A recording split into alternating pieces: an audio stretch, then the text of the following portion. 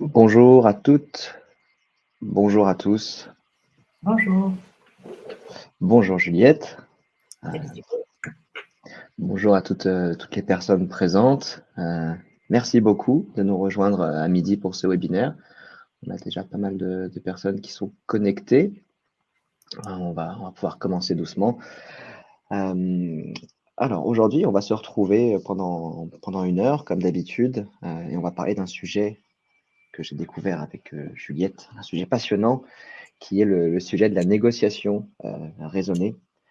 La négociation, c'est probablement l'une des compétences les plus transversales à maîtriser pour les avocats. Vous pourrez en avoir besoin à tout moment dans votre carrière, que ce soit pour des contentieux, pour des missions de conseil, tout simplement dans les rapports avec vos clients. Et on a trop souvent tendance à penser que la négociation, finalement, ce serait quelque chose qui est inné, que ce serait une compétence qui tient à votre personnalité, que c'est quelque chose qu'on a ou finalement qu'on n'a pas, qu'il faut avoir une carrure particulière pour être un négociateur de qualité. Mais en fait, c'est faux et on va le voir ensemble aujourd'hui. Il s'agit d'une matière avec une théorie, avec différentes approches. Nous, on va s'intéresser aujourd'hui plus particulièrement à la méthode Harvard, la méthode de la négociation raisonnée. Euh, et avec ces méthodes, on va chercher à sortir du simple rapport de confrontation, qui, on va le voir, peut devenir parfois sclérosant dans l'approche du conflit, pour essayer d'aller vers une situation que l'on pourrait qualifier de gagnant-gagnant. Donc, pour ce sujet passionnant, j'ai la chance de recevoir aujourd'hui Juliette Piriot, que je vais laisser se présenter dans un petit instant, qui est négociatrice et avocate et experte de la négociation raisonnée. Et nous aurons également Hélène Fleury, qui est responsable de formation chez Lefebvre Dalloz Compétences, qui va nous rejoindre un petit peu plus tard, aux alentours de midi et demi, parce qu'on va vous parler évidemment de négociation. On va essayer de répondre à un maximum de vos questions, mais on va aussi vous présenter le travail qu'on a produit depuis plusieurs mois, justement avec Juliette, et en collaboration pour la première fois avec les équipes de Lefebvre Dalloz Compétences. On est extrêmement heureux de cette collaboration. Donc voilà, bonjour à tous encore une nouvelle fois, bonjour à tous les visages familiers que je reconnais dans le chat. C'est un plaisir de vous retrouver, merci pour votre fidélité. Juliette, merci à toi surtout d'être présente aujourd'hui. Est-ce que tu peux te présenter, s'il te plaît, en quelques mots avant qu'on se lance dans le vif du sujet? Mais avec plaisir Thibaut. Moi, je suis avocat au barreau de Paris depuis 17 ans. J'ai failli quitter la profession il y a 8 ans en me disant qu'on ne servait pas à grand-chose, compte tenu des engorgements judiciaires, des décisions judiciaires parfois de moindre qualité, pas que les magistrats soient mauvais, mais qu'ils n'ont plus les moyens de rendre des décisions correctes, etc. Et j'ai découvert, entre autres, la négo raisonnée qui a bouleversé ma vie professionnelle et personnelle. Donc aujourd'hui, je suis toujours avocate, je suis médiatrice et je suis devenue formatrice. Je me suis formée à la formation parce que j'avais envie de transmettre ces outils à mes confrères, parce que c'est des outils formidables qu'on applique aussi bien dans les dossiers, mais aussi en contentieux, parce que ça nous explique une posture, une communication. Et je suis devenue aussi coach pour accompagner mes clients dans les négociations et mes confrères dans les négociations. Voilà pour la présentation. Merci beaucoup. On va se lancer dans le vif du sujet. On voit vos commentaires qui défilent, on voit vos questions. Donc, si à n'importe quel moment vous avez des questions, des besoins de précision, n'hésitez surtout pas à les poser. On va essayer de répondre à un maximum de choses aujourd'hui. Juliette, peut-être pour commencer, je sais que la négociation, c'est ton dada, si je puis dire. Pour tes confrères et tes consoeurs qui sont présents aujourd'hui, est-ce que tu peux essayer de nous expliquer quels sont les enjeux principalement pour l'avocat? En quoi c'est intéressant finalement de se former à la négociation? On en parlait un petit peu avant. Une des choses principales, tu m'as dit, c'est surtout par rapport au délai de la justice. Alors, ça répond à énormément d'attentes des confrères et ça répond aussi à un mal-être qu'il y a dans la profession, sur une crise de sens, une crise qu'on a de communication avec nos clients, les magistrats, etc. Pour résumer, moi, par exemple, ça fait 4 ans que je n'ai pas plaidé parce que je négocie tous mes dossiers. Alors, j'ai toujours peur de ne pas y arriver. Et là, il y a manque de dossiers en ce moment, je me dis que peut-être que je vais devoir saisir, mais pour l'instant, ça fonctionne. Donc, je n'ai plus d'agenda judiciaire avec des audiences qui tombent pendant les vacances ou qui se chevauchent. Je perds plus de temps dans les transports à aller en audience. Je n'ai plus des annulations d'audience au dernier moment, des renvois, toutes ces choses qui compliquent nos agendas, qui sont très peu facturables pour nous. La négociation apporte aussi, dans le traitement justement chronophage des dossiers, quand on a des conclusions tous les 6 mois à faire, on reprend un dossier qui dure des années, on ne peut pas refacturer tout ça au client, la relecture de nos écritures, etc. Alors qu'en négociation, le temps, il est 100% facturable. C'est souvent du temps qu'on passe avec nos clients déjà, parce qu'on ne va pas s'arrêter à leurs demandes et on va aller chercher leurs besoins, leurs enjeux. Donc ça crée une connexion et les outils de la négociation raisonnée créent un lien hyper fort avec notre client. J'ai plus de clients casse-pieds qui m'envoient des notes de 30 pages, qui contestent quoi que ce soit. On a un lien de confiance, une collaboration qui est hyper agréable pour un avocat. Donc moi, je n'y vois absolument que des avantages, mais surtout sur les décisions rendues, un juge tranche. Il donne raison à l'un ou à l'autre, il condamne l'un ou l'autre. En négociation raisonnée, on peut faire des choses absolument canon. On peut créer les solutions qu'on veut en collaboration avec nos confrères, qui sont plus à même de servir les intérêts de nos clients et qui sont individualisées. Ce qu'on ne peut pas faire devant le juge. Et un dernier point qui est hyper important, le conflit tranché par le juge, le juge tranche un conflit, pas un litige.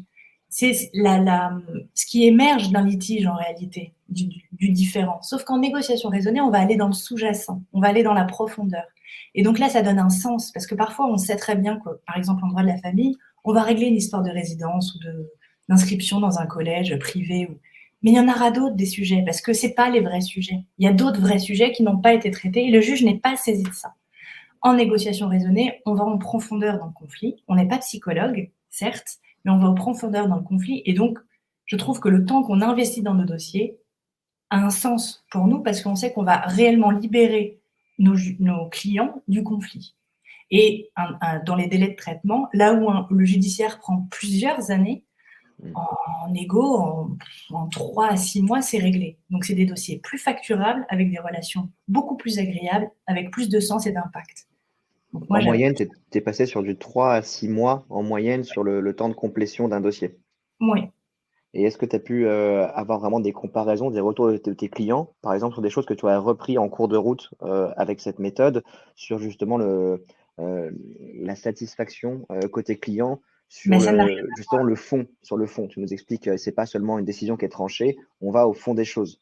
Mais oui, ça n'a rien à voir parce que la négo, ça va permettre aussi au client de l'accompagner dans le litige, pas pour le cristalliser, pas pour en faire un conflit judiciaire, mais on va aider notre client, et c'est pour ça que moi après j'ai fait du coaching, on va aider notre client à se positionner dans ce conflit, mais à le faire évoluer aussi, à lui faire prendre de la hauteur, etc., etc. Donc on avance parce que le conflit en fait il est hyper porteur de sens, et c'est la manière dont on va le gérer qui va en faire quelque chose de négatif ou pas. Et le gérer avec une négociation, ça fait grandir nos clients, ça nous fait grandir nous, mais ça fait grandir nos clients. Et le lien après, il est hyper fort. Et moi, j'ai aucun de mes clients aujourd'hui, enfin, tous mes clients, je veux dire, me recommandent, me demandent après du coaching d'équipe, etc. dans leur entreprise. Il y a quelque chose de très fort. Moi, j'ai pas de site internet, j'ai pas de carte de quoi que ce soit, je ne fais rien. Voilà, je suis nulle en tout ça et c'est pas mon métier. Et mes clients me ramènent d'autres clients et c'est très agréable, dans une posture qui, moi, me plaît, où on est beaucoup plus serein. On n'est pas à se crisper les uns les autres comme on sait faire dans notre métier. Et donc, je fais mon métier maintenant de façon beaucoup plus sereine et avec beaucoup plus de sens. Et donc, je ne quitterai plus la profession maintenant. Donc, si on regarde un petit peu, toi, c'est surtout de la négociation raisonnée, plutôt appliquée à des techniques alternatives de règlement des différends. Il y a les 2 avantages qui se combinent, j'imagine. On gagne du temps, le client est satisfait. On va plus en profondeur dans le conflit, en essayant d'identifier un petit peu les causes sous-jacentes pour les adresser. Donc finalement, est-ce que l'avocat sort vraiment de son rôle traditionnel? À combien tu estimerais maintenant en fait, le pourcentage d'accompagnement qui tient, on va dire, à cette posture de négociatrice que tu as réussi à développer et à vraiment ton travail de fond, toujours juridique, de recherche, de pratique juridique? Alors, en négo, on travaille son dossier. Donc, il faut être bon sur le fond de ton dossier. Il faut savoir le plaider, il faut être un avocat béton. Ça ne remet pas ça en question. Maintenant, le conflit et les interactions humaines sont complexes et c'est ça qui prend le plus de temps pour faire évoluer nos clients, pour faire évoluer nos confrères qui sont souvent assez péremptoires et pas forcément formés à tout ça. Et surtout, le juridique, aujourd'hui, on l'a par Dalloz. Enfin, il suffit de taper sur Internet pour avoir une réponse de droit. Les clients, parfois, nous sortent des jurisprudences qu'on ne connaissait même pas et qui sont bien plus adaptées à leur dossier. Donc, je trouve que la valeur de l'avocat n'est plus dans la connaissance du droit comme il a pu l'être il y a 15 ou 20 ans. Maintenant, il y a les AI pour tout ça, pour la jurisprudence, etc. Nous, je trouve que le sens de notre métier, c'est l'accompagnement dans le conflit. Et c'est là où ça a tout son sens. Et tu parlais de modes amiables. La négo raisonnée, c'est la base de tous les modes amiables. La médiation, pour ceux qui sont médiateurs, etc. La roue de FUTAC, ça n'est que de la négo raisonnée. C'est FUTAC qui, pour faire sa roue, a repris la négociation méthode Harvard de Fisher et Ury. Alors, en 30 secondes, la roue de FUTAC, qu'est-ce que c'est? Tu peux nous expliquer? La roue de FUTAC, c'est les étapes de la négociation. Qu'est-ce qu'on fait là? De quoi on veut parler? Pourquoi? Qu'est-ce qui est important pour nous? Qu'est-ce qu'on pourrait faire, les options et comment on s'en sort, qu'est-ce qu'on décide finalement. C'est exactement le cheminement de la négo. Tous les modes amiables partent de la négo raisonnée. On n'appelle pas forcément ça comme ça, mais en tout cas, c'est le fond des choses et c'est la même philosophie. C'est de sortir un petit peu. Quand on bosse sur des mardes, on fait forcément la négociation raisonnée, mais on peut se former à la négociation raisonnée sans pour autant se mettre à faire des mardes. Oui, des mardes mais c'est ça alternatives qui est réglements rigolo. différents. C'est que de temps en temps, on me demande d'animer des formations à la négociation pour les médiateurs. Qu'est-ce que ça pourrait les aider à faire en médiation? Et j'ai des médiateurs qui sont médiateurs depuis 10-15 ans et formateurs en médiation qui ne connaissaient pas la négo raisonnée. Et quand on les met côte à côte, ils me disent « Waouh, c'est génial, ça a des apports dingues ». Mais finalement, de loin, c'était plus ou moins la même chose, même s'ils ne poussaient pas les vecteurs jusqu'au bout. Mais voilà, pour moi, c'est vraiment la base. Parce que la philosophie qu'il y a derrière, c'est la coopération au lieu de l'affrontement. Arrêtons de perdre du temps à savoir quel est le meilleur, qui est la meilleure jurisprudence, etc., pour chercher ensemble une solution. Et rien que pour nous, en tant qu'avocats, quand on voit le nombre de confrères qu'on a au téléphone tous les jours, par semaine, etc., où c'est extrêmement tendu, où on est face à face et en confrontation, est-ce que tu te rends compte de le gain de qualité de vie que tu as quand tu ne considères plus l'autre comme ton adversaire, mais comme un intervenant qui va t'aider avec ces informations à coopérer pour créer quelque chose. Tu as vu une vraie profonde différence dans tes rapports avec tes confrères et tes consoeurs? Ah bah oui. Ouais. Ah bah oui. Même sur des affaires pas trop forcément où l'opposition a été franche, violente, pas des choses trop dramatiques. Elle est toujours franche et violente.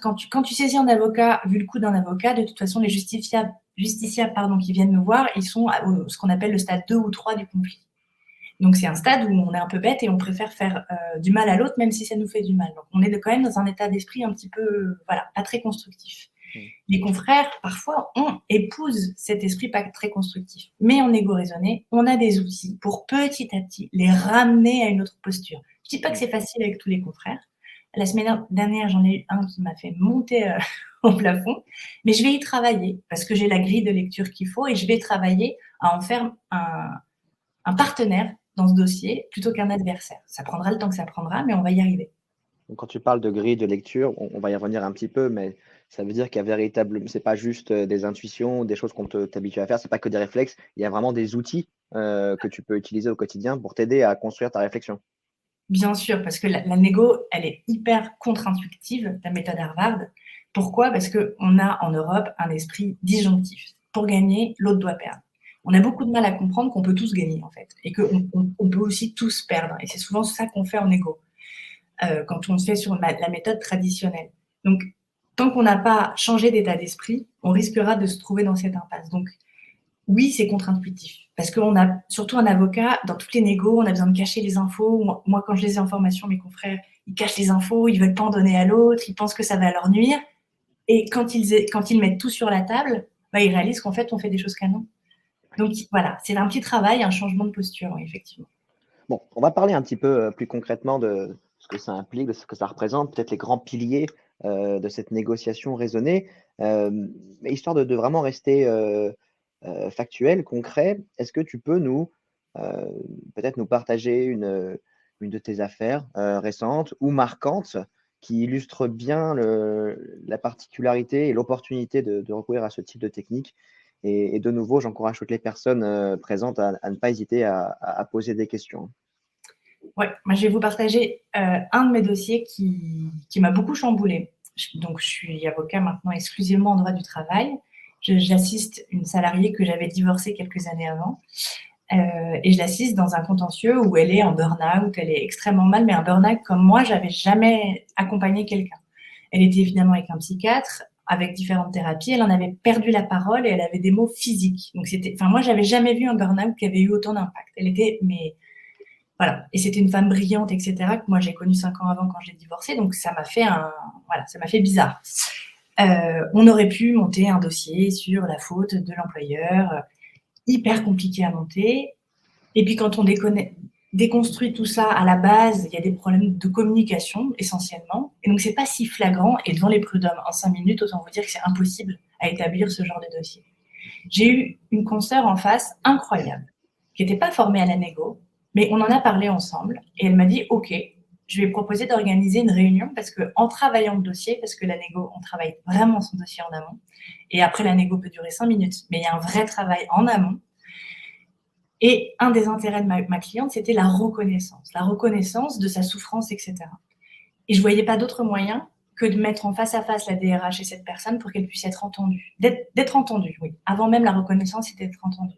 Donc, au-delà du fait que cette personne pouvait attendre, espérer une juste compensation financière ou une reprise d'emploi, quoi que ce soit, tu avais réussi à identifier que le Oui. fond du problème, tant que ce n'était pas réglé, le fait de la reconnaissance, on ne pourrait pas avancer? Oui. Mais en fait, Thibaut, les avocats, souvent, ont réduit les dossiers à des sous.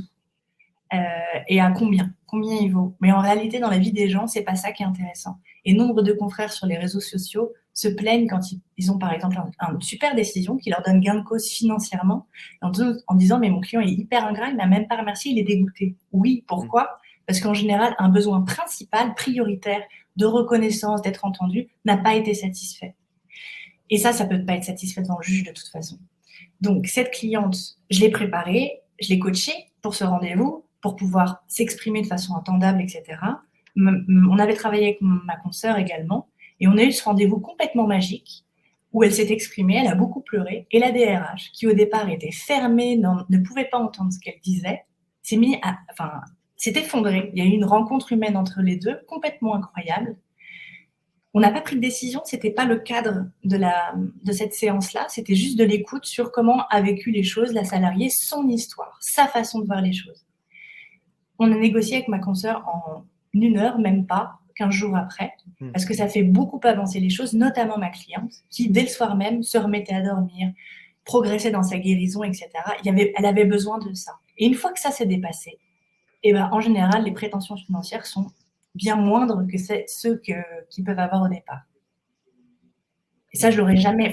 On aurait été devant le juge, même si on avait gagné devant le juge, combien d'années elle serait restée dans sa posture de victime, parce qu'elle était victime, et le fait qu'on puisse voir tout ça chez elle, ça l'a beaucoup, beaucoup, beaucoup aidé. Et ça a été magique, vraiment. Et pour toi, pour moi, plus gratifiant.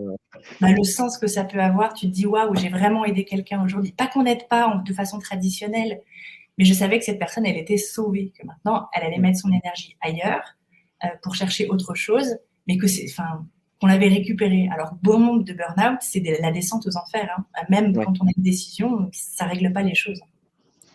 Apparemment, on a des personnes qui sont déjà un petit peu sensibilisées à tout ça. On a Pascal qui nous dit en commentaire coopération, collaboration, voir la modélisation par Thomas et Killman sur les attitudes face au conflit. Je pense que tout ça, tu maîtrises très bien et tu l'utilises au quotidien, cette méthode. Et justement, voilà, on a compris les intérêts, les différences avec une pratique plus classique, on va dire. On a vu un exemple concret de ce que ça peut représenter au quotidien. Essayons de rester dans le concret. Est-ce que tu pourrais nous parler vraiment de peut-être de rendre ça un tout petit peu moins flou pour les personnes qui ont encore du mal à comprendre les contours? Quels sont les piliers? Sur quoi ça se base concrètement comme technique, comme théorie? Juste avant les piliers, il faut bien comprendre que notre exercice d'avocat traditionnel, c'est-à-dire contentieux, ou en négociation traditionnelle, c'est de regarder le passé et de regarder qui a tort et qui a raison. Ça, nos clients l'ont fait pendant des mois et des mois, ils n'ont pas réussi à s'en sortir. Et c'est une manière d'alimenter le conflit, c'est de regarder dans le passé. La négo raisonnée, c'est regarder dans l'avenir en disant « Ok, factuellement, il se passe ça. Vous avez des narrations différentes et des perceptions différentes. Ok, on va pas essayer de les concilier. Il y a des choses qui sont pas conciliables. Mais maintenant qu'on a ça, comment on fait pour s'en sortir ?» Les piliers de la négo, il y en a 7. Après, selon les formateurs, il y en a plus ou moins 7. Hein. Mais peu importe. Le premier pilier, c'est distinguer la personne du différent. C'est-à-dire, j'ai pas un problème avec Thibaut. Thibaut et moi, nous avons un problème à propos de la communication sur le webinaire. Voilà. J'ai pas un problème avec Thibaut. Si j'ai un problème avec Thibaut et que je relie mon conflit à une personne, on peut pas travailler le conflit. On peut pas travailler. Ceci est un cas fictif. Hein. Tout s'est très bien passé. Oui, non mais excuse-moi, c'est la première chose qui m'est venue à l'esprit. Tu es en face de moi. Alors, je plaisante, bien sûr. Et pour ceux qui connaissent la pyramide de glace, qui a théorisé la dynamique du conflit, qui est en plusieurs étapes, l'étape où tout bascule, c'est quand on fusionne le conflit et la personne. Donc, la première des choses en égo raisonné, c'est on défusionne. Il y a une personne, on a un différent, et il y a moi. La première des choses. La deuxième des choses qui est essentielle, c'est qu'on va passer des positions, des demandes de nos clients aux IPBMV. C'est quoi un IPBMV ? Un intérêt, une préoccupation, un besoin, une valeur ou une motivation. C'est les enjeux sous-jacents. Donc, on ne va pas s'arrêter à, je reprends un exemple que tu connais Thibaut, je veux la résidence principale pour les enfants. On va chercher derrière. Et pourquoi c'est important pour vous ? Parce que comme ça, je pourrais surveiller leurs devoirs. Et pourquoi c'est important pour vous ? Parce que je veux qu'ils réussissent. Et on va chercher les réelles préoccupations. Parce qu'une position, on peut y répondre que par oui ou par non. Je veux cette voiture, ça va être oui ou non. Je veux quelque chose pour me mouvoir et avoir un moyen de transport. Là, ça ouvre toutes les possibilités. Le taxi, le vélo, enfin, le covoiturage, etc. Donc ça, c'est hyper important. Tant qu'on n'a pas fait ça dans une égo, on est en face à face. À partir du moment où on cherche les enjeux et les IPBMV de nos parties, tout s'ouvre. Et en égo raisonné, on va chercher les IPBMV de notre client, mais de l'autre partie. On n'appellera jamais la partie adverse. Adverse, ça donne envie de taper l'autre. Non, c'est l'autre partie. Ça va être notre partenaire dans la négociation. Il faut apprendre à la sensibiliser. Ça fait partie de l'apprentissage, d'apprendre à amener sa partie adverse, voire sa partie. Non, l'autre partie. Son partenaire. Et d'ailleurs, son client souvent appelle l'autre con ou des choses comme ça. Et tout de suite, moi, je leur dis non, le wording, en fait, il est super important. Avec moi, on va parler de Pierre, Paul, Jacques, de votre DRH, de votre N+1. Parce que, bon, on n'est pas encore dans la formation, mais tout ça en PNL, ça a beaucoup d'incidence. Donc, on repart sur des faits, des choses objectives. Le troisième pilier de la négociation raisonnée, c'est les options. Souvent, en égo traditionnel, on se jette sur la première solution qu'on peut trouver. Et puis, on s'arrête là. Alors que là, en égo raisonné, avant de s'engager sur quoi que ce soit, on va essayer de faire une espèce de brainstorming pour essayer de trouver le plus d'options possibles. Et les options, elles ne sont pas que juridiques. Elles peuvent être hors cadre. Et c'est là que c'est super chouette pour un avocat, parce que le code, la jurisprudence, c'est super. Hein, mais on est aussi des êtres humains. On a envie de créer. Et avec nos clients, avec l'autre partie, on va imaginer tous les scénarios possibles pour satisfaire les intérêts de nos clients. On dit en méthode Fisher et Ury, donc les deux fondateurs de la méthode Harvard des années 80, on dit que ça s'appelle élargir le gâteau. C'est-à-dire qu'avant de se partager un gâteau, on va d'abord l'agrandir pour que chacune des parts soit la plus importante possible. Le quatrième pilier, c'est les critères objectifs. Justement, pour partager ce gâteau, comment on va faire ? En traditionnel, qu'est-ce qu'on fait ? On prend le bout de la corde et on tire le plus possible pour en avoir le plus possible. En égo raisonné, on cherche des éléments objectifs, des critères objectifs. Ce sont des éléments qui sont indépendants des parties et qui vont nous permettre de justement couper les parts. Ça peut être la jurisprudence dominante, pas celle de la cour d'appel de Tourcoing qui ressemble à personne. La jurisprudence dominante, des guidelines, les usages, etc. Ou l'équité, si les parties sont OK avec ça. C'est pas à nous de fermer les choses en réalité. Souvent, j'entends des confrères qui disent « Mais non, vous pourriez demander plus. » Mais si ça lui va, pourquoi on va chercher à armer plus nos clients ? Et on pourra satisfaire d'autres intérêts différemment. Ça, c'était le quatrième. Le cinquième, c'est la mésor. Qu'est-ce que ça veut dire ? La mésor, c'est le plan B. C'est la meilleure alternative à la négo. On ne part jamais dans une négociation sans avoir au préalable réfléchi et calculé précisément sa mésor, à savoir qu'est-ce que je fais si j'échoue ? Qu'est-ce qui se passe si la négociation n'aboutit pas ? Pour un avocat qui est saisi par un justiciable, ce sera très souvent la saisine prud'homale, enfin la saisine d'une instance. Mais on ne s'arrête pas là. La mésor, c'est réaliste. Donc, ce n'est pas le maximum du maximum que je pourrais avoir sur toutes mes prétentions. C'est très concrètement, je parle de harcèlement moral, j'ai quoi comme élément ? Ça pèse pas lourd. et combien j'aurai réellement devant cette section de ce conseil de prud'homme. Donc c'est un calcul très défini, avec aussi combien je vais mettre dans cette instance, les frais d'avocat, le coût en temps, en émotion, etc., etc. Et on fait la même chose pour l'autre. Ça déterminera notre zone d'accord possible. Bref, on verra tout ça en formation. Et enfin, oui, l'engagement, le 6e pilier. Souvent, en égo-tradi, on s'est tellement pouillé dans les dossiers que dès qu'on commence à trouver un truc où ça paraît à peu près possible pour tout le monde, on s'arrête. On dit, bon, c'est bon, on a trouvé un accord. Non, parce que c'est souvent là que les choses échouent. L'accord, il est, est-ce qu'on parle en brut ou en net? Qui rédige l'acte? Sous quel délai le règlement va se faire, etc. pour pas refaire partir nos parties dans un conflit sur, mais non, mais dans ce cas-là, je suis pas d'accord, qui peut tout faire échouer. Et le dernier pilier, c'est soigner sa relation et sa communication avec l'autre partie. Parce que pour moi, la négo raisonnée, c'est une main de fer sur nos intérêts dans un gant de velours. On va respecter l'autre, en fait. On va pas le prendre de haut, on va le respecter, et le but, c'est pas de le pressurer, parce qu'on veut qu'il collabore avec nous. Donc, on va pas lui taper dessus pour qu'après, il collabore à la satisfaction de nos intérêts. Et ça, c'est un pilier à part entière. Une petite question à ce propos, très rapidement. Oui. Bon, je pense que assez peu de clients refusent cette démarche, surtout que, bon, en général, tu mets ta confiance dans ton avocat, donc tu es plutôt à même de suivre Ça ce qu'il va dépend te comment tu proposer. présentes les choses. Ça dépend D'accord. comment tu présentes les choses. Mais autant je peux imaginer que bon, une bonne partie de tes clients, tu arrives à les amener là-dessus, mais par rapport à tes confrères, tes consoeurs, Ah combien bah, à peu eux, je près leur explique. refusent, acceptent? Est-ce que c'est quels Mais sont je les leur dis chiffres pas qui ne sont surtout. pas formés? Je leur dis pas on va faire la négo raisonnée. Les 3/4, ils savent pas ce que c'est. Donc moi, je vais dérouler ma méthode en prenant le confrère là où il est. Et puis parfois, il est déjà bon. Alors, vous voulez combien? Quelles sont les demandes, les prétentions de votre client? Je dis oula, il y a un monde avant.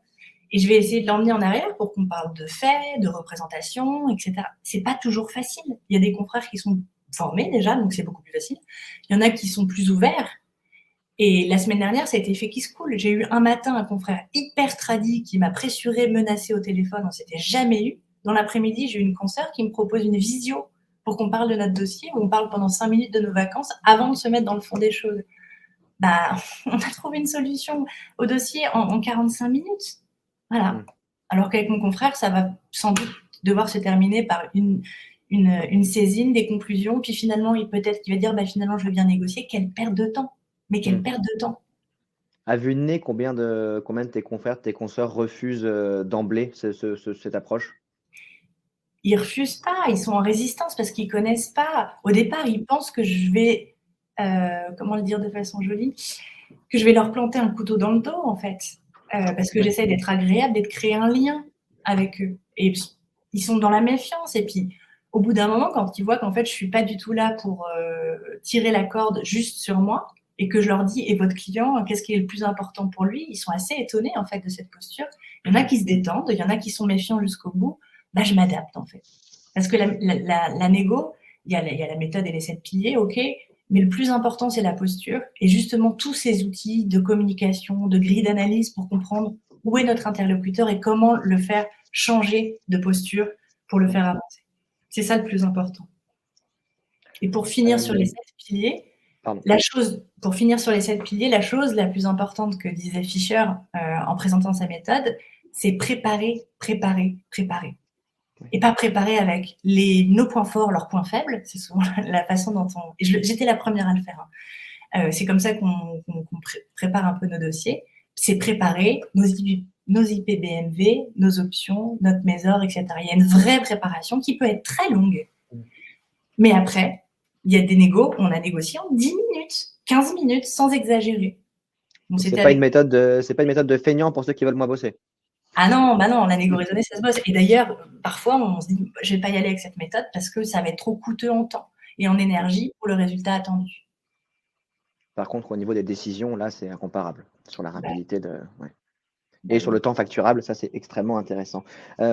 On va essayer de vous donner quelques petits tips, hein. Vous avez compris à ce stade, je pense qu'il y a quand même, bon, un certain apprentissage théorique, mais surtout, de la mise en application, de la pratique, remettre en perspective, ses réflexes. On va quand même essayer de voir quelques conseils pratiques qu'on peut actionner, sans être forcément, formé. On a une question, entre-temps de Pascal qui nous dit, quid de la confidentialité des échanges entre les parties quand on le pratique hors médiation? Hors médiation, bah, les parties en général ont un avocat. Donc on négocie ensemble ou à 4. Moi, je fais des accords de confidentialité. Parfois, je négocie même avec des DRH et dans ce que j'appelle plus mise en demeure, dans ma prise de contact, je mets tout de suite à la fin que si c'est préférable et qu'elle se sent plus en sécurité, ce que je peux comprendre, que nos échanges restent confidentiels, je suis complètement d'accord pour signer un accord de confidentialité. Il suffit de faire un simple contrat de 3 lignes, hein, et tout est Hem, confidentiel. Le but, c'est de sécuriser tout le monde dans une négo, hein. Donc, plus on va mettre à l'aise l'autre, plus on va le mettre en sécurité, plus ça va fonctionner. Donc évidemment, on actionne tout ça. hem, on a, quelques questions sur les manières de se former, de Manon et de Stéphane. Au passage, bonjour Stéphane. On va revenir un petit peu là-dessus. On a nous-mêmes réfléchi à des méthodes, pour se former. On a Hélène qui nous a rejoint, je vois sur le live. Hélène, tu dois avoir reçu par mail un lien qui permet de te connecter, de nous rejoindre, Juliette et moi-même.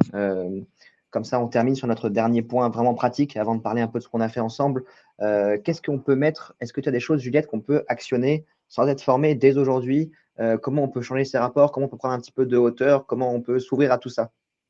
Oui, alors je vais faire une réponse de Normand oui et non, dans le sens où la négo c'est un Rubik's cube et il faut tout l'ensemble pour que ça fonctionne. Pour autant, dès aujourd'hui, on peut essayer de questionner sa méthode et son état d'esprit.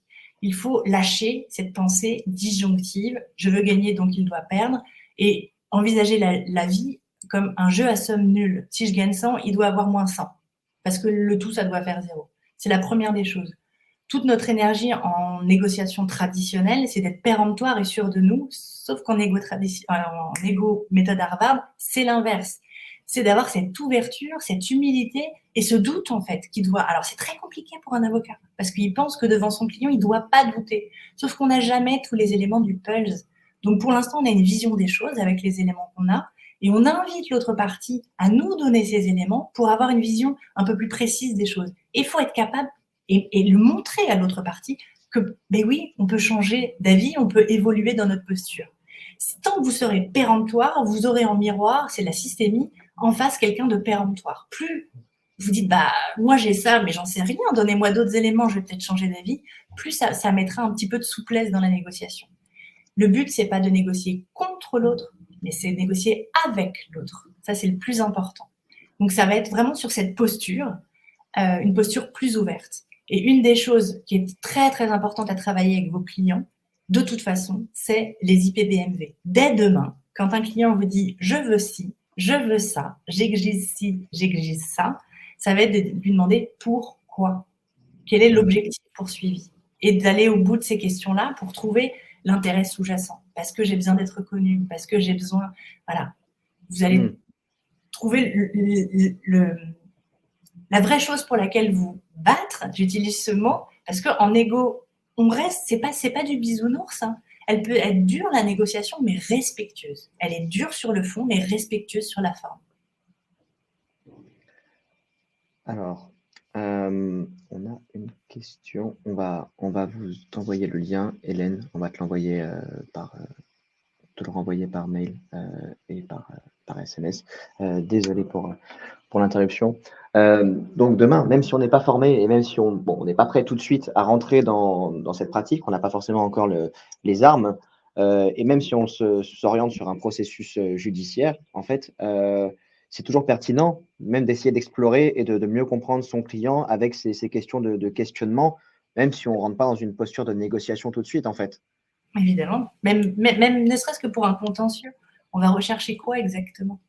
Très souvent, les gens ont des demandes qui ne sont même pas cohérentes avec leurs intérêts sous-jacents. Parce qu'ils n'en ont pas conscience, parce qu'ils ont, on vous l'expliquera en formation, ils sont dans leur cerveau limbique, débordés par leurs émotions, plus connectés à leur cortex, donc ils ne peuvent plus être rationnels, logiques et intelligents. À quoi ça sert de passer 4 ans, ne serait-ce qu'en contentieux, hein, pour obtenir quelque chose qui ne va même pas satisfaire leurs besoins? Ça n'a pas de sens. Donc oui, d'aller chercher, la première des choses, c'est d'aller chercher réellement ce que veut l'autre personne. Et c'est là où souvent mes confrères me disent, mais on n'est pas psy, mais on n'a pas besoin d'être psy pour communiquer avec l'autre, en fait. Et on est quand même, dans ce cas-là, faisons-nous remplacer par des ordinateurs et l'AI. Mais la seule plus-value aujourd'hui qu'on a, c'est nos aptitudes justement de communication, de lien avec notre client. Utilisons-les, formons-nous. Et tes clients, ils sont surpris pour le coup? Moi, ma clientèle, c'est beaucoup de cadres dirigeants aujourd'hui et au Ouais. contraire, c'est un tout petit milieu et ils veulent pas de conflit. Ils ont peur du conflit Mmh. et donc au contraire, le fait que quand je leur explique qu'on va pas aller contre l'autre, mais avec l'autre, qu'on va se respecter et cetera, ça les rassure beaucoup. Et puis, nous, avocats français, on n'est pas formés, mais dans les écoles de commerce et cetera, quand ils ont fait des MBA à l'étranger, ils sont formés à ce genre de choses. Ils comprennent cette logique. Donc au contraire, ça les tout à l'heure, tu disais, tes clients sont toujours d'accord pour te suivre dans cette voie. Moi, je leur explique pas les choses comme ça. Au départ, ils veulent que du lourd. Et d'ailleurs, ils viennent me voir en me disant, il paraît que vous êtes un pitbull qui lâchez jamais rien. Donc, tu comprends qu'aujourd'hui, avec toutes les formations que j'ai faites, ça me fait un peu mal. Mais au départ, ils peuvent pas entendre qu'on va dialoguer. Ça, ils veulent pas l'entendre. Mais les outils de la négo raisonnée, notamment l'écoute active, quand tu le fais bien en premier rendez-vous avec quelqu'un, au début du rendez-vous, il te dit on va déposer plainte, on va actionner tous les leviers judiciaires. À la fin du rendez-vous, quand je lui propose toutes les options, et je vous rappelle, chers confrères, que c'est une obligation aujourd'hui, et on peut engager notre responsabilité si on propose juste un contentieux et pas de modes amiables, à partir du moment où je vais lui dire par contre, on peut aussi faire ça. Et je leur propose la négo raisonnée, que je l'appelle pas, on n'a pas besoin de jargon avec eux. 100% des clients veulent aller en négociation raisonnée derrière. Ouais. Bonjour Hélène. Bonjour. Bonjour Hélène. Bonjour à tous. Écoute, c'est parfait, tu nous rejoins, on est pile dans les temps. On a encore quelques petites questions sur la formation. On va justement pouvoir y revenir. On a une question de Linda qu'on prendra un tout petit peu plus tard. Hélène, merci beaucoup de nous rejoindre. On a commencé sans toi, on a bien parlé de cette méthode. Si tu es avec nous aujourd'hui, c'est parce qu'on a bien réfléchi ensemble aussi ces derniers mois aux manières de justement transmettre une méthode qui est assez complexe, qui n'est pas seulement théorique, qui est assez pratique, qui demande de la posture, de l'entraînement.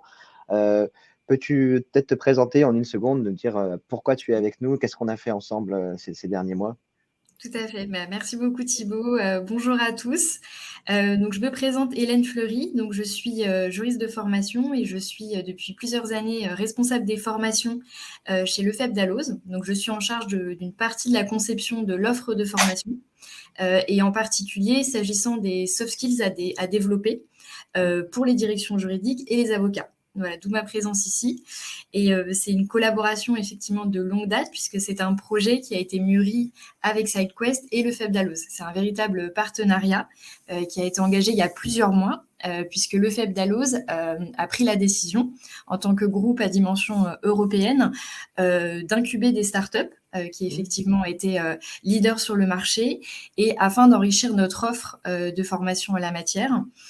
Sachant que les avocats sont parmi nos cibles prioritaires. Donc, ça fait plusieurs décennies que nous formons des avocats.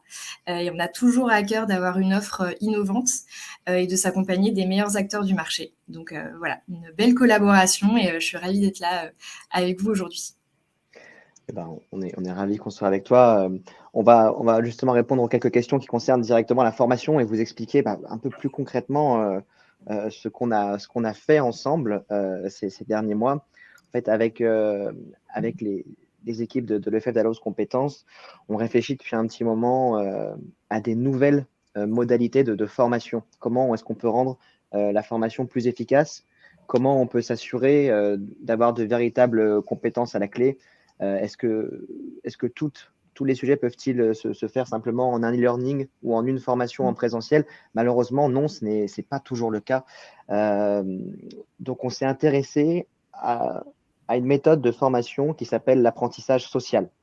Le principe, c'est que ce sont des méthodes de formation qui sont basées sur les interactions qu'il peut y avoir au sein d'un groupe, avec des exercices, avec des échanges, avec de la mise en pratique. Et justement, l'animal social que nous sommes, il a été prouvé qu'avec ce type de méthodes qui sont actuellement très peu utilisées finalement dans le monde du droit, dans la formation juridique en tout cas, on améliore grandement l'ancrage des connaissances et la manière dont votre cerveau va retenir une compétence, la mettre en application, développer des réflexes. Donc, on avait envie d'explorer ces méthodes. On a vraiment exploré pas mal le côté théorique, comment se baser là-dessus. Et il fallait trouver un sujet qui s'y prête. un sujet qui puisse concerner un grand nombre d'avocats, un sujet qui a une part de théorie, bien sûr, mais un sujet qui nécessite beaucoup de mise en pratique, beaucoup de mise en application et qui nécessite quand même un temps certain. On ne peut pas se former en quelques heures. Il faut du temps. Il faut au moins faire ça sur un temps long. Et c'est pour ça qu'on est là tous ensemble aujourd'hui. C'est parce qu'un des sujets idéaux pour ce type de pratique, c'était bien celui de la négociation. Juliette, tu me dis si je me trompe, mais voilà, on peut difficilement aborder cette pratique sans mettre des choses en place sur une période un minimum longue. On ne peut pas, en fait. On m'entend ou pas? Oui, on t'entend, très bien. On peut lire des bouquins. Je vous invite à lire Fisher et Ury, Getting to Yes. Ok. Intellectuellement, vous allez comprendre, mais tant que ça doit passer par la chair, par l'expérimentation. Les formations en soft skills, on ne peut pas les apprendre en lisant. C'est très intéressant, mais demain, vous ne changerez pas de posture. Donc, non seulement il faut faire, donc ce n'est pas des formations en 3 heures, en 4 heures, c'est des formations où constamment on vous met en exercice, il y a du débriefing. Thibaut parlait je ne savais pas comment ça s'appelait, cette pédagogie en social, je ne sais plus quoi. L'apprentissage social, le social learning. Ok, social learning. Moi, je suis formée à la méthode expérientielle. Donc, on part, on vous met en exercice, on voit ce que ça donne, on débriefe et on en tire la théorie. Mais du coup, ça vient de vous. Et l'effet groupe est hyper important pour créer des pairs, se confronter, avoir le miroir, etc. etc. Donc, moi, j'apprends aujourd'hui des termes. Hein. Mais moi, je peux former que comme ça, par exemple. Et cette matière-là ne peut s'apprendre que comme ça. Parce que c'est justement en faisant un exercice de négo, de façon habituelle, vous allez voir tous les écueils dans lesquels on tombe. On refait la même chose avec d'autres directives, vous allez voir que ça change complètement la donne. Donc oui, merci Thibaut pour ces nouveaux formats. Alors, je te laisse expliquer le format. On va en parler un petit peu, justement, concrètement, qu'est-ce qu'on propose pour aborder cette méthode. On a eu pas mal de petites questions encore entre-temps. Merci pour les recommandations. Il y a en effet des formations plus ou moins longues et denses qui existent en la matière. Il y a des ouvrages, Émilie, et on ne manquera pas de vous faire une petite liste qu'on pourra vous envoyer en ressources complémentaires après le webinaire. Il y a plein de choses à lire. Nous, le format qu'on a essayé de créer autour de ce thème de la négociation, c'est un parcours qui est assez intense. Encore une fois, voilà, vous avez compris, il faut une certaine volonté pour s'y mettre. Donc, c'est un parcours un petit peu intense pour des personnes qui ont vraiment envie de commencer à développer des compétences solides et à les mettre en pratique. Donc, c'est quelque chose d'assez intense, mais sur un temps qui est relativement réduit parce qu'on a construit une formation qui dure un peu moins de 2 mois. En gros, le principe de cette formation autour de l'apprentissage social, c'est qu'on va prendre un groupe de personnes, un groupe d'avocats qui peuvent avoir différentes spécialités, qui auront nécessairement même différentes spécialités, mais qui veulent se former à la négociation raisonnée. Ces personnes, elles vont être dans ce groupe réduit de début mai à mi-juin, et il va se passer plusieurs choses. Déjà, chaque semaine, avec Juliette, nous aurons un webinaire de 2 heures qui sera en direct, bien sûr, et qui ne sera pas simplement théorique. Vous avez déjà bien compris qu'il n'y avait pas que de la théorie. Donc, on aura 2 heures, le groupe tous ensemble, où on vous expliquera énormément de choses sur la négociation. Mais déjà, on va vous faire travailler. On va vous faire réfléchir à des cas pratiques. On va vous faire réfléchir à de la mise en situation. On va vous faire travailler individuellement, en groupe. On va vous faire vous confronter à vos confrères, à vos consoeurs, même si on ne parle pas de confrontation, pardon, je n'ai pas encore tous les termes, Juliette. Mais voilà, on va montrer ce qui ne fonctionne pas, on va voir ce qui est contre-intuitif, ce qui ne l'est pas. On va apprendre en faisant quelques erreurs au début, mais surtout, chaque semaine, vous allez apprendre et vous allez directement mettre en pratique. Ensuite, entre chaque séance, c'est pour ça que je vous dis que c'est intense, parce qu'il y a aussi du travail entre les séances. Là aussi, vous allez avoir des exercices qui peuvent être également individuels, qui peuvent être également en groupe réduit au sein de ce petit groupe d'avocats et qui là vont se baser un maximum sur votre quotidien, ce que vous faites, et on va vous faire identifier des choses dans votre pratique actuelle qui pourraient commencer à se prêter à ce type de réflexion. On va vous donner des devoirs, on va vous demander de réfléchir à un de vos dossiers et la semaine suivante, avant de commencer cette nouvelle partie théorie et pratique, on va partager un petit peu ensemble ce qui s'est passé, ce que vous avez pu identifier et tout simplement, on va essayer de réfléchir ensemble aux différents cas de chacun. Et c'est exactement ça, l'apprentissage social. C'est qu'il y a du travail, c'est qu'il y a du travail en groupe, mais surtout, on se base sur un groupe qui essaie de réfléchir ensemble, les uns avec les autres, les uns pour les autres. Et là, vous allez créer énormément de connexions. Ce qui fait que vous aurez cette approche pendant 1 mois et demi, 2 mois. Il va y avoir 7 séances de 2 heures, plus pas mal d'exercices. Donc, ça fera à peu près 20 heures de formation, plus la mise en pratique. Et pour tout ça, on va se mettre sur une plateforme unique sur laquelle vous pourrez vous connecter pour faire tous les lives. Vous pourrez retrouver tous les replays. On a créé pas mal de vidéos et de ressources complémentaires et de cas pratiques qui seront tous là-dessus. Vous pourrez poser vos questions, vous pourrez discuter. C'est là-dessus que vous pourrez travailler en chambre et en sous-chambre. On a construit une solution assez complète pour vous donner vraiment une expérience de formation extrêmement immersive et surtout extrêmement large pour pouvoir adopter une posture, des techniques, apprendre à surmonter les obstacles de la négociation. On l'a vu, il y en a pas mal. Voilà. Peut-être que Hélène, tu veux nous parler un petit peu de ton ressenti autour de ce format qui est assez qui change. Nous, on a commencé à le tester. On voit que ça marche beaucoup mieux que des choses plus habituelles dans le monde de la formation. Oui, tout à fait. Je te rejoins, effectivement. La formation évolue en fait en fonction des besoins de chaque métier. Et c'est vrai que personne ne se forme jamais de la même façon. Après, on a constaté que pour le développement de compétences dites connexes, en tout cas les soft skills, qui ne sont pas des compétences purement techniques, le fait de varier les modalités pédagogiques, c'est ce qui fonctionne le mieux. C'est ce qui permet vraiment de créer une solidarité de groupe, de créer des interactions entre pairs, interaction qui est très chère aussi au monde des avocats. Donc c'est le meilleur moyen en fait de transmettre ce type de compétences.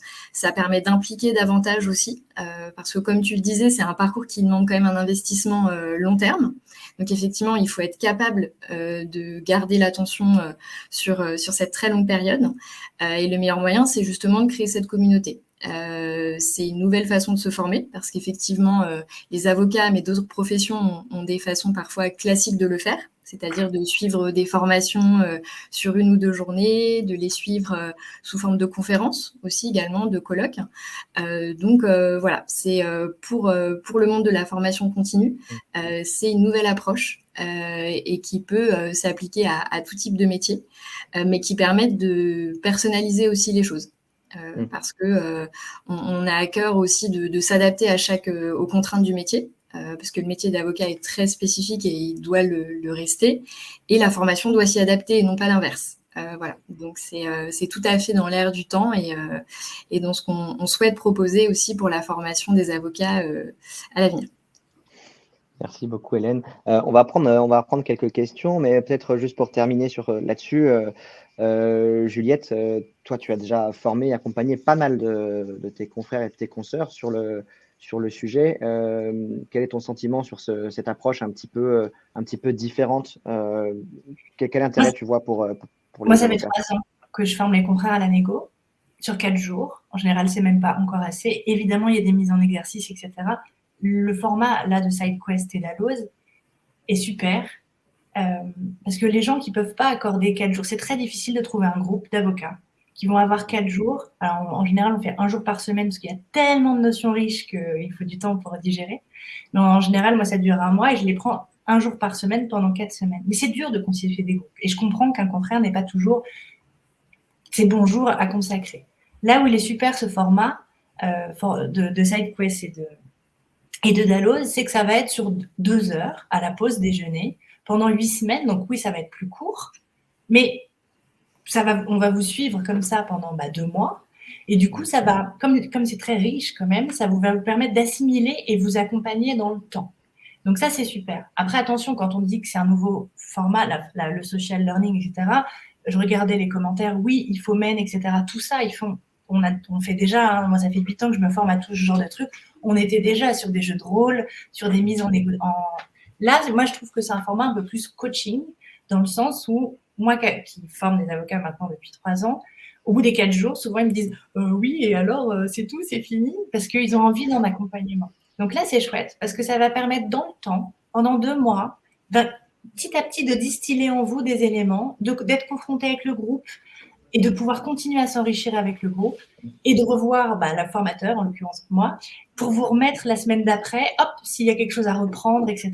Donc je trouve que ce format, il est original. Le fait que ce soit 2 heures toutes les semaines sur 2 mois, ça c'est très original et je pense que ça peut être extrêmement aidant pour les avocats apprenants. Ça permet d'avoir le loisir de faire des petites erreurs ou de faire des petites découvertes et de les partager. Et en fait, on a déjà fait des tests, nous aussi. En fait, c'est très, très rare, enfin, même ça n'arrive pas, à l'issue des 2 mois ou à l'issue de ce type de formation, en général, les groupes restent en contact, les groupes continuent d'échanger. Et le but, c'est ça. En fait, on a une plateforme, on a du monde et on continue de partager. J'ai lu tel article, j'ai vu telle chose, j'ai telle problématique, qu'est-ce que vous en pensez? Et c'est un petit peu ça la valeur ajoutée aussi de ce type de format en groupe restreint, mais en communauté. Et dernière chose, c'est que vous ne pourrez jamais appliquer cette méthode si vous ne l'avez pas fait dans un cadre sécurisé. Le fait qu'on soit entre nous, en confidentialité, en petits groupes, sans jugement, on peut se planter, on peut avoir des gros débriefings de l'autre côté et c'est hyper utile et apprenant, ce que vous ne pourrez pas faire dans vos dossiers en disant « Ok, je vais appliquer la méthode négociation raisonnée sans l'avoir jamais appliquée avec un superviseur et un groupe. Ok, on y va. » Mais ça va être… Là, vous vous mettez en danger. Alors que le fait de faire ces exercices entre nous, sur des cas pratiques, etc., c'est ça qui est hyper apprenant et sécurisant. Et on ne peut pas changer de posture si on ne l'a pas utilisé de nombreuses fois en exercice, mais dans un cadre sécurisé. Et c'est ça qu'offre cette formation. Donc, voilà. On va répondre aux questions. Sur cette formation, pour terminer, l'ouverture des ventes au public vont commencer à partir de mercredi. Mais là, dès que c'est terminé, on va vous envoyer le replay de ce webinaire, quelques petites ressources complémentaires également, mais vous aurez la possibilité de vous inscrire aussi à une liste d'attente qu'on ouvrira un petit peu avant, mardi soir, pour les personnes qui ont suivi le webinaire, pour pouvoir bénéficier des premières places au tarif de lancement. C'est une petite promotion, donc on s'attend à ce que ça parte assez rapidement. Donc voilà, pour ceux qui sont intéressés, on vous enverra bien évidemment le programme complet. C'est beaucoup plus dense que ce qu'on a pu vous dire en quelques minutes.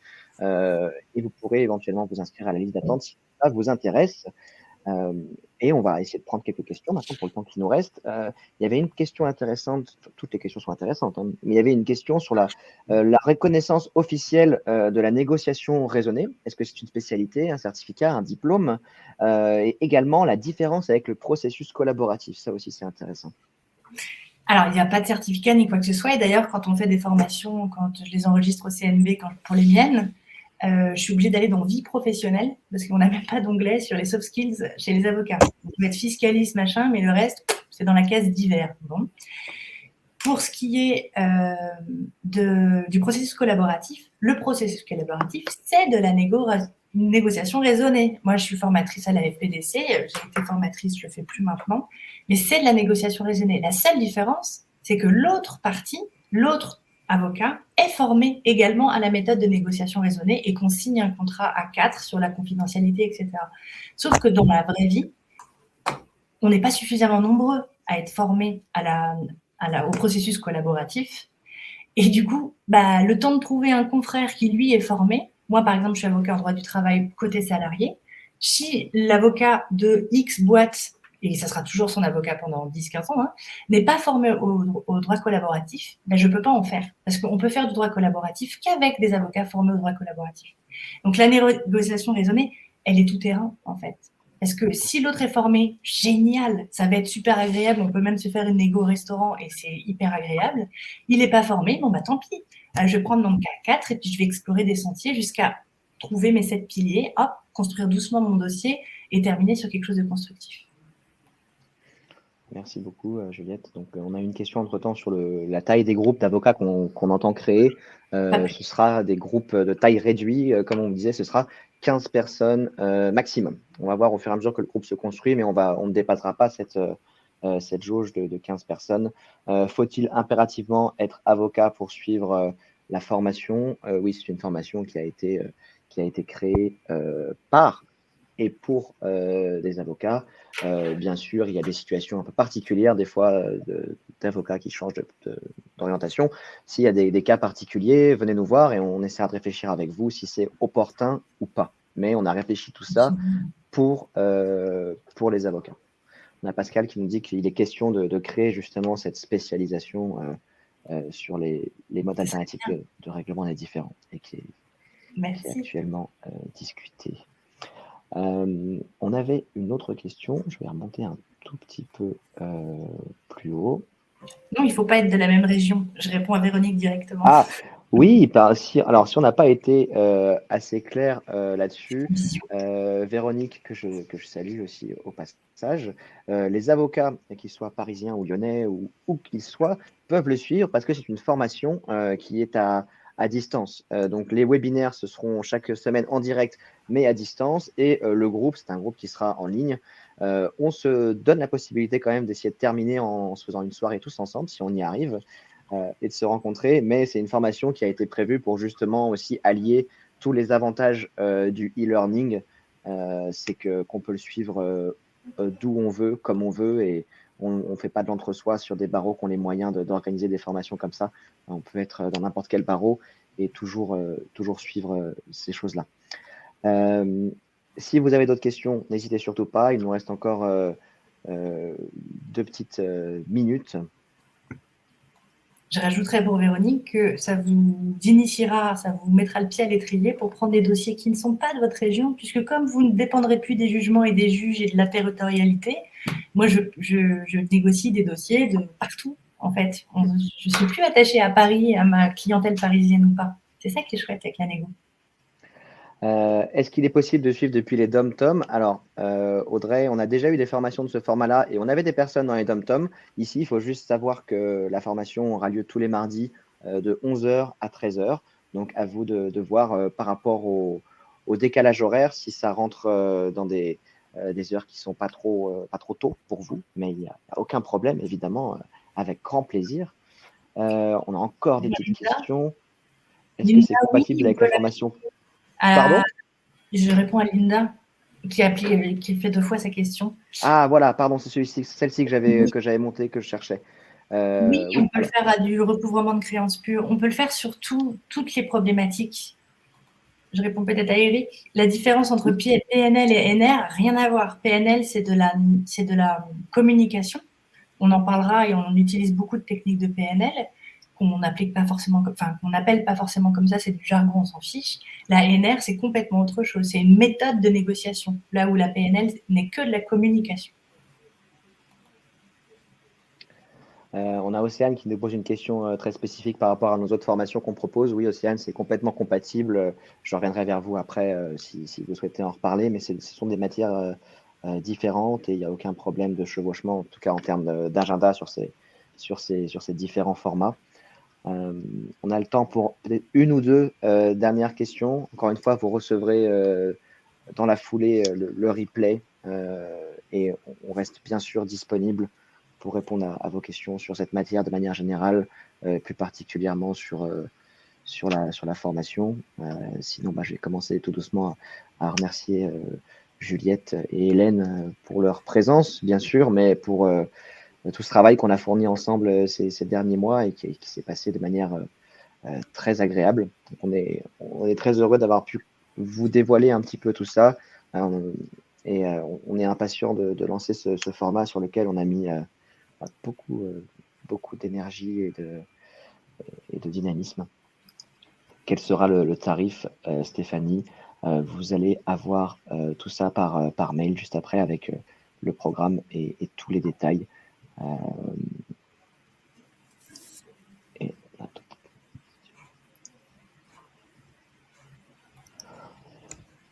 D'autres questions?